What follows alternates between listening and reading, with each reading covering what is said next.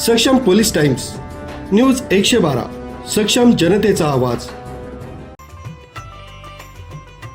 राज्यातील आगरी समाजाला केंद्रस्थानी ठेवून आणि शौर्याचा व्यापार थांबवा, पराक्रमाचा उत्सव साजरा करा हा मंत्र देत आगरी सेनेची स्थापना करणारे संस्थापक अध्यक्ष तसंच ओबीसी महामंडळाचे पहिले अध्यक्ष राजाराम साळवी यांचं शनिवारी कळव्यात उपचारादरम्यान निधन झालंय।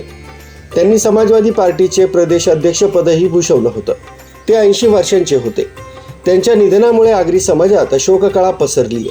त्यांच्यावर रविवारी अंत्यसंस्कार करण्यात आले। श्वासाच्या शेवटच्या क्षणापर्यंत आगरी सेना प्रमुख म्हणून काम करणाऱ्या राजाराम साळवी यांनी 1 ऑगस्ट 1983 रोजी आगरी सेनेची स्थापना केली। ठाणे, पालघर, रायगड, नाशिकच्या ग्रामीण भागात त्यांनी प्रत्येक गावात आगरी सेनेची भूमिका पोहोचवली आहे। त्यात त्यांना प्रचंड प्रतिसाद लाभला। त्यांचे लहान बंधू मनोहर साळवी ठाणे महापालिकेत 2 वेळा महापौर म्हणून निवडून आले। ठाणे महापालिकेत आगरी समाजाला आणि आगरी नगरसेवकांना मान आणि प्रतिष्ठा मिळवून देण्यात राजाराम साळवी यांनी सिंहाचा वाटा उचललाय। मागासवर्गीय नसतानाही मागासवर्गीय असण्याचा कटू अनुभव असल्यामुळेच त्यांनी दलित तसंच मागासवर्गीय बहुजन समाजासाठी राज्यस्तरावर बहुजन समाज परिषदेचं आयोजन केलं। त्यानंतर राजाराम साळवी समाजवादी पक्षात सामील झाले। त्यांनी सपाचे महाराष्ट्र प्रदेश अध्यक्षपद भूषवलं होतं। 1998च्या लोकसभा निवडणुकीत जेव्हा महाराष्ट्र काँग्रेस, रिपब्लिकन पार्टी आणि समाजवादी पक्षाची आघाडी आकार घेत होती, तेव्हा जागा वाटपाच्या बाबतीत प्रदेशाध्यक्ष आणि स्थानिक कार्यकर्त्यांना डावलून काँग्रेसला पक्षाची शपथ देण्याच्या निर्णयाला राजाराम साळवींनी तीव्र विरोध केला होता।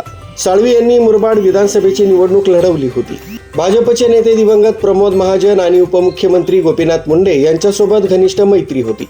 युती सरकारच्या काळात ओबीसी महामंडळाची स्थापना करण्यात आली आणि त्याचे पहिले अध्यक्ष राजाराम साळवी बनले। राजाराम साळवी यांचा जन्म 16 एप्रिल 1946 रोजी ठाण्यातील कळवा या गावात झाला। त्यांचे वडील रामा चाहू साळवी हे कळवा ग्रामपंचायतीचे अध्यक्ष आणि कळवा गावातील एक प्रतिष्ठित नागरिक होते। त्यांच्या आईचं नाव जानकीबाई साळवी होतं। राजाराम साळवी यांना मोठी बहीण चंद्रभागा, वडील भाऊ रघुनाथ, मोठा भाऊ यशवंत आणि धाकटा भाऊ मनोहर अशी भावंड आहेत। त्यांच्यावर रविवारी दुपारी कळव्यात अंत्यविधी होणार आहेत। न्यूज ब्युरो, सक्षम पोलीस टाइम्स, न्यूज 112 कळवा।